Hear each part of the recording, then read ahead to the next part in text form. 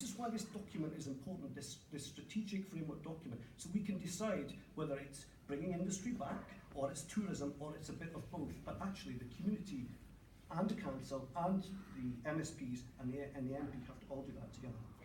John mentioned things like bringing a technology college here, new fund for start-up companies, looking at rates on the high street.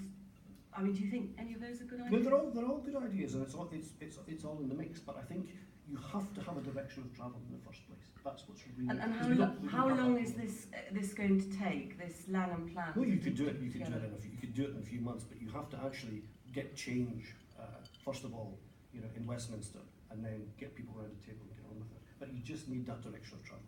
Thank you very much, Douglas. David Mundell, Douglas suggesting there that these jobs have gone on your watch. How fair is that? Well, the starting point for me in relation to Langholm and the economy here, Fiona, is that the single most important thing for Langholm, and it's the thing that I have fought for and will continue to fight for, is that Langholm remains in the United Kingdom. That is absolutely essential. No, we're not having any booze, please. Essential Otherwise we'll have to go. To the economy of Langholm, and keeping Langholm at within the United Kingdom was vitally important if this town is going to prosper, so because of the links to Carlisle that people have in terms of their work, in terms of leisure, and in terms of shopping and other community activities. And that's why, in relation to the economy of this area, that is my #1 priority. However, in relation to the jobs that have been lost in the community, you summed it up, Fiona, in your opening remarks. I would like to have kept all the textile jobs that have been lost in Langholm and in other parts of Scotland and in other parts of the United Kingdom, but it is simply not feasible. And it would be wrong to pretend that that could be done. The textile industry has changed massively, and the jobs of the type that were here are not coming back, and it's unrealistic to suggest and pretend that they are. So we do have to see a reinvention of Langholm. And what I don't understand about Douglas's remarks, and I understand it's an election and you've got to take on the incumbent, but actually what I called for after the summit was for a plan that everybody in Langham is signed up to. And everybody, I didn't introduce to your remarks.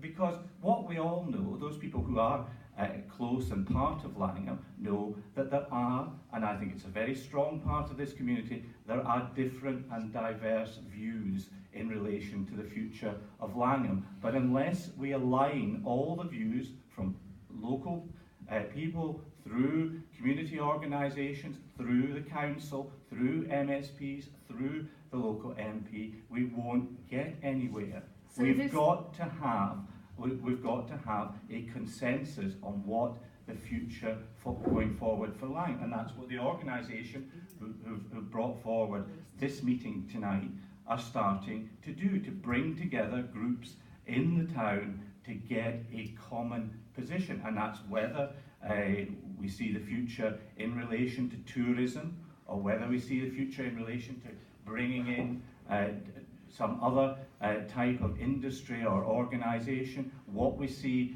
as the role of commuters and developing more housing in the community, bringing additional people with families into the community. But if we were doing that, a lot of those people would be commuters who wouldn't be working every day in Langham, but they would be contributing to the Langham economy. So it's self-evident that we need a plan, but it is not straightforward in the way that Douglas suggests.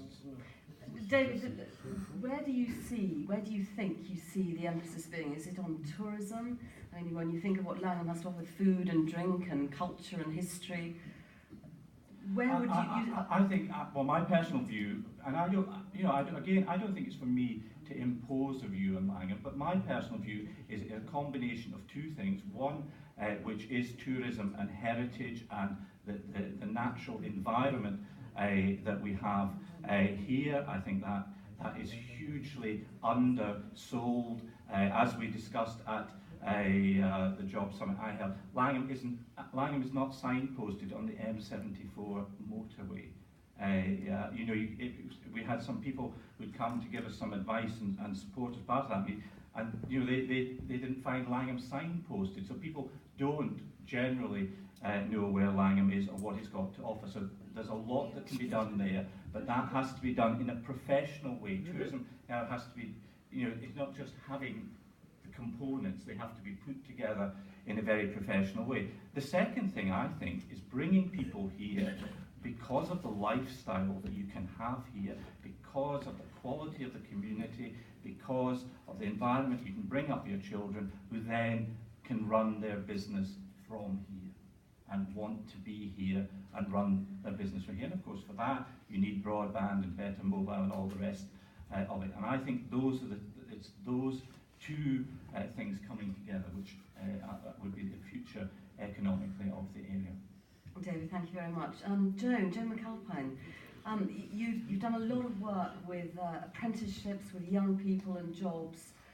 How important is it to you to get more jobs for young people here, so that people don't just go to the school and then leave, which tends to happen at the moment, doesn't it? Oh, it's absolutely critical, and that's why the SNP government in Scotland is taking forward 30,000 apprenticeships every year, apprenticeship starts. I mean, I think that's a challenge for every small rural community. You educate your children very well, and the school here educates children very well, and inevitable children do go and they go to university elsewhere, and it's a challenge that faces us all. So we can't keep every young person, but there's a lot that we can do, and some of the ideas that have been raised by various candidates here, I agree with. I was part of the several summits that have been referred to already. In fact, after the closure of the Reed and Taylor mill, I asked John Swinney, the Deputy First Minister, to come down and have employment summits in Langholm, and the plan then was that the community would come together and come back with a plan, and that didn't happen. So I'm actually very pleased to see that Langholm First has formed in order to bring people together to come up with a plan for the town. As a representative for the whole of South of Scotland, I'm not just about Langholm and Dumfriesshire and Galloway, but I have spent quite a lot of time working with businesses here. And one of the things at the last summit that I've been really keen to promote is what Mill Cider's plan to develop a distillery in the town, because it seemed to me that his idea was very well worked out, and it would, as well as providing a small amount of employment in itself, it would be a destination, so that the shops that have started up in the high street and the other small businesses would benefit from the income of tourists, because it would be a pool. And I think that's what Langholm actually needs. That Langholm's got a fantastic heritage and a fantastic tourism offering, but I think it needs a destination that will bring people in, so you can develop those things. I just wanted to say one or two things about this election, a general election. We've got a division of powers between the Scottish Government and the UK Government. The biggest challenge facing rural areas like Langholm is Brexit, I'm afraid, because in the rural economy in the south of Scotland benefits enormously from farm and rural payments that come from Europe. Scotland as a whole benefits from about 18% of the Common Agricultural Policy payments across the United Kingdom, and we haven't received any kind of indication as to what's going to happen to those payments after 2020. There's also the whole issue of less favoured area payments. Like 80% of Scottish land is classified as a less favoured area, and it gets additional payments because of that. Farmers in England don't get those less favoured area payments, and if that's not, if we don't get clarity on that sometime soon, it doesn't just affect the farmers that receive the payments, it's the whole of the rural economy, it's the fencers, it's people in the high street. So it's really, really important that as part of Brexit that we get a strong Scottish representation, because there are loud voices at the UK level arguing that all these powers over farming should be decided a UK level, and that the money should be decided at a UK level. And with Scotland getting twice its population share of agricultural payments from Europe, there are strong voices at UK level wanting to cut back that money. And that's of deep concern to me, and that's why the First Minister has said that she wants a mandate, that she wants to be in there fighting for Scotland as part of these Brexit negotiations. Joan, and just to finish off, since David raised the issue of independence, and I just wanted to say Langholm is facing a lot of challenges, and it's already in the UK. Those challenges that Langholm faces are as part of the UK. So I would just end with that point. David, let me just come back to you after what Joan said. You were, during Brexit, you were a Remainer, you wanted to stay. Are you as worried as Joan is about agriculture possibly losing its grants or whatever? I'm a Democrat, and therefore I accepted the result of the independence referendum in 2014, and I accepted the result of the Brexit referendum last year. The people of the United Kingdom, and it was a United Kingdom-wide vote, decided that they wanted to leave the EU, and therefore we have to seize the opportunities that creates. Of course, there are challenges, and the negotiations that we're about to go into are unprecedented. They're the most complex negotiations that we've been involved in since the end of the war. But there are opportunities, and the Common Agricultural Policy, which Joan refers to, is one of them. There is an opportunity to do something different.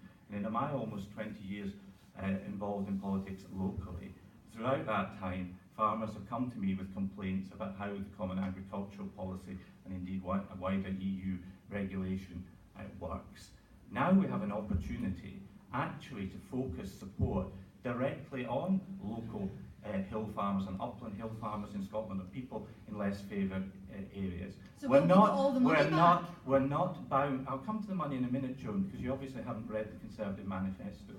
The position is that we're bound here up in the Ouse Valley by the same rules that bind olive growers in Greece and tobacco farmers in Spain. And there is an opportunity to do something different. And there isn't going to be a power grab about agricultural powers in relation to Scotland. The Scottish Parliament will have responsibility for agriculture. But what we can't have is a situation where we create new barriers within the United Kingdom. We can't have different rules on animal health and transport so that people here in Eskdale can't take livestock to Longtown Market because there are different rules on both sides of the border. So we've got to have UK frameworks. There's no way around that. And in relation to the money, the Conservative manifesto for the general election makes it quite clear that the funding that currently exists will be retained for the full length of the next Parliament, the full 5 years of that Parliament, to allow us to develop a new system. And what we need to do with that system is have a system, I believe, that supports the type of agriculture that we've talked about, less favoured areas, hill farmers, and that supports production. I don't want to see a continuation of a system that supports people having land and doing nothing with it. Could I ask one question of David? David, how much will that cost, the funding directly, the current EU cap payments for the full length of the next Parliament? What's the number on that? This could be a Jeremy Corbyn moment. It's not. It's the amount of money that is currently applied to agriculture in the UK for the full period of the next 5 years, and that is a costed promise on the basis of the full costing of the manifesto. So, and just on that, David, is it to 2020 or is it? It's to 2022 when we anticipate the next general election within the 5-year cycle, and that is in the Conservative manifesto.